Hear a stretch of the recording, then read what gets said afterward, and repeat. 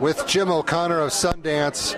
Over your coaching career, you did a lot, primarily basketball, but you did a little bit of some other sports as well. And just kind of talk about your whole coaching career in general. Well, when I first got to Sundance, I did a little football and then basketball and track, and then as it went on, it was mostly basketball and track. So that's what we had most of our time and fun doing. Over your years, how have you seen everything change? I mean, I know it's been a long time; things have changed. And how are the various games evolved? Well, basketball's gotten faster and more physical, and track is still. The harder you work, the more success you have. But, the main thing is trying to get our young people a quality experience. That's our primary goal in Wyoming athletics. So, you served as assistant coach in several other sports as well, and you don't always have to be the head man calling all the shots and everything, just as long as the players are learning. Yeah. I always felt that my assistant coaches, when I was a head coach, had as much to do with the success of our program as I did, and I hope that when I was assisting somebody, they thought I did a good enough job to be a positive influence on the program as well. What did you get out of it? Oh, the relationships. You get so many fun experiences in dealing with kids, and the growth you see from individual kids. You see that kid.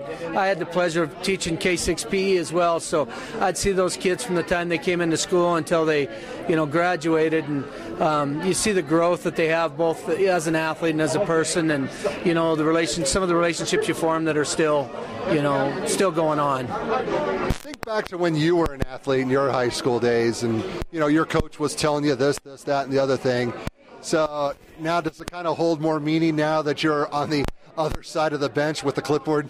Well, I think kind of like being a parent, that when you're talking to the kids, sometimes they don't think you know what you're talking about, and as they get older and as we got older, we realized that the people that were teaching us our lessons did a great job, and the values and lessons that they were trying to teach us have come to fruition, and we are where we are because of them.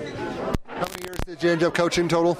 Well, this would have been what I would have finished 30 years. Over the course of that 30 years, you probably saw a couple generations pass through. I'm sure you coached sons and daughters of some players early in your career. And when you see them playing, did they kind of remind you of their parents when you first coached them? Yeah, that there's a lot of truth to that, and maybe not in skills or stuff like that, but in competitiveness and in their expressions and stuff like that. You see a lot of that, and that's always fun, dealing with that. And of course, you also got to coach your daughters as well, and it's a unique experience. I mean, I know not everybody gets a chance to coach their sons or daughters in various games, but did you have to do anything different, or was it just business as usual? Well, it was different because the expectations for your own children are higher than they are for everybody else's, and partially in the fact that they've got to follow the rules better than everybody else, because how can you expect everybody else to follow the rules if your kids aren't? And I had the pleasure of coaching my 3 daughters and my son, and and that was a lot of fun. For anyone who's thinking about getting into the coaching world, any advice to give them? Yeah, find a good mentor. Spend a lot of time talking to them, because there's a lot of pitfalls anymore, with social media as it is and stuff like that. Just find somebody that you can communicate with that will help you avoid some of the pitfalls that some of us older guys made, the mistakes we made when we were young.